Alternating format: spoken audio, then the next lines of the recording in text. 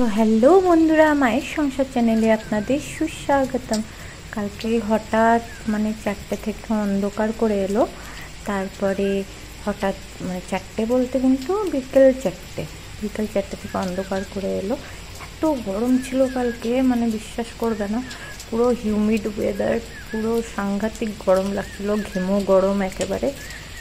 তারপরে হঠাৎ দেখছি হাওয়া দিতে শুরু করলো, ঠান্ডা ঠান্ডা হাওয়া।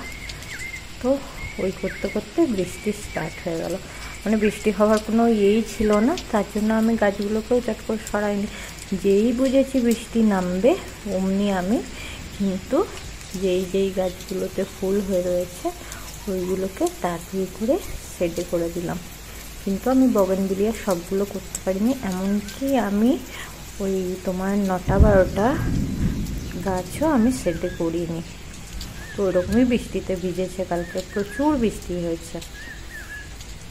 আর এত জোরে জোরে বাজ ছিল, তবু আমার কিন্তু ভয় লাগছিল, কারণ কি মোবাইল নিয়ে রয়েছি, বড় অ্যাক্সিডেন্ট হয়ে যেতেই পারে।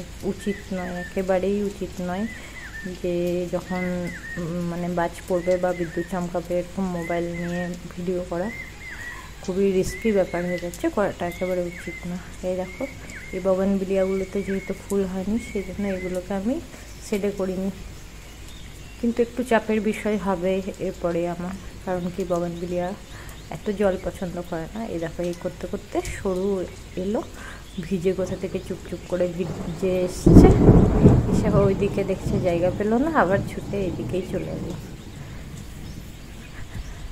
তো আমি খালি আকাশের দিকে তাকিয়েছিলাম, ভাবছিলাম যে বিদ্যুৎটা যখন চমকাবে তোমাদেরকে আমি সেটা দেখাবো ক্যাপচার করে, বাট হলো না কোনো মতে। আমি যেই মোবাইলটাকে একটু সাইড করছি তখনই বিদ্যুৎটা চমকাচ্ছে, কিন্তু হ্যাঁ খুব জোরে জোরে চমকাচ্ছিল। দেখো, আমি অনেকক্ষণ ধরে ট্রাই করছিলাম, কিন্তু কোনো মতেই করে উঠতে পারছিলাম না, হচ্ছিলই না। যখন আমি মোবাইলটা করে রাখছি আকাশের দিকে তখন কোনো মতেই হচ্ছিল না, আবার যখন একটু সাইড করে দিচ্ছি তখন চমকে উঠছে হঠাৎ। এইভাবেই চলতে থাকলো কালকের দিনটা। যা বিচ্ছিরি একটা গরম পড়েছিল, এই দুদিন খুবই বিচ্ছিরি গরম ছিল। তো আজকে একটু স্বস্তি হলো। বৃষ্টি পড়লে আমার অতটা ভালো লাগে না, তবে হ্যাঁ হঠাৎ করে বৃষ্টি পড়লে ভালো লাগে।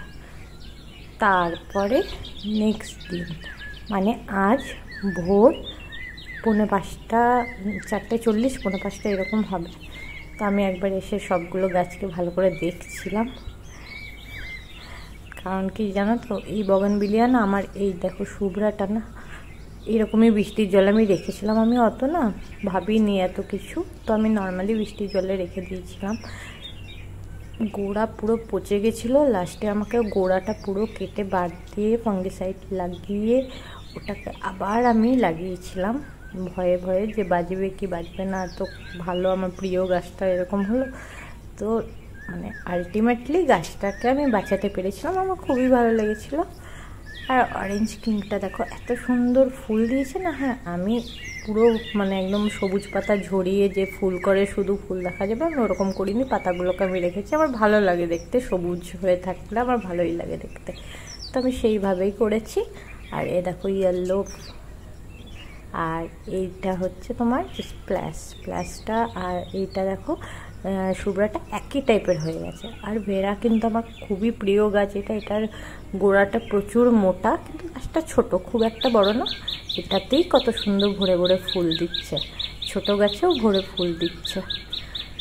আর এই বৃষ্টি হয়ে গেলে না আমার খুব চাপের বিষয় হয়ে যায়, জানো তো।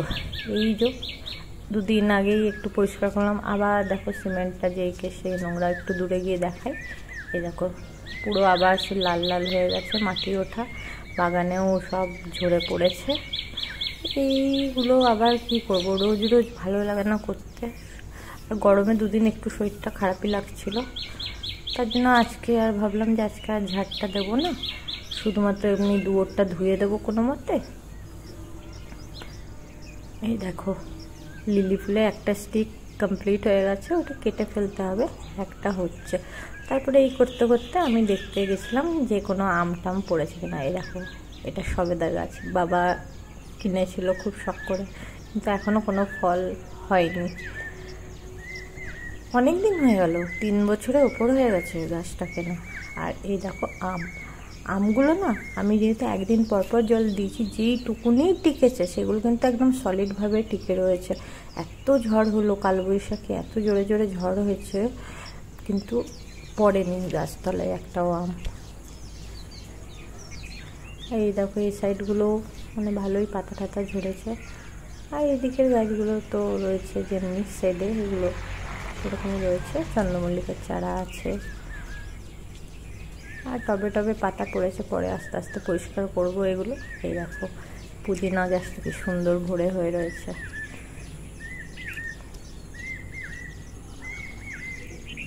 দেখো নয়নতারাটা, বুঝতে পারছো? এখন কিন্তু দুদিন যেহেতু ভালো মতো রোদটা দিয়েছিল না, ওই জন্য নয়নতারাটা আবার সেই আগের মতো ডিপ কালার চলে এসছে। একটা ডিপ কালার আছে প্রচুর।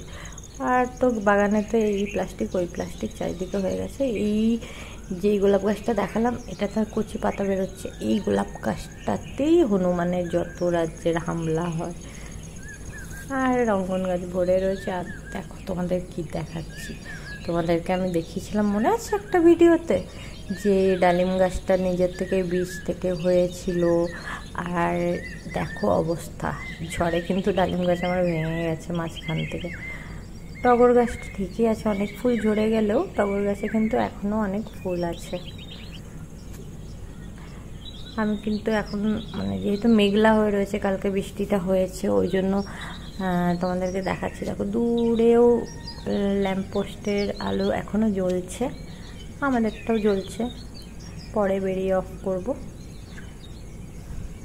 আর বৃষ্টির জল পেয়ে কি সুন্দর রজনীগন্ধাটাও দেখো মাথা চারা দিয়ে উঠেছে, তো আমি খুব খুশি হলাম। আর তোমাদের একটা খুব সুন্দর জিনিস দেখাবো। দেখো আমাদের কুয়োর ভেতরে অনেক বছর ধরে এরকম নয়নতারা গাছটা কি সুন্দর প্রত্যেক বছর ফুল দেয়, এত সুন্দর পুরো ফুলে ভরে থাকে। আরও বড় ছিল গাছটা, অনেকটা শুকিয়ে গেছে, একটুখানি ফাটল দিয়ে কোনো মতে বীজ পড়েছিল আর গাছটা হয়েছে।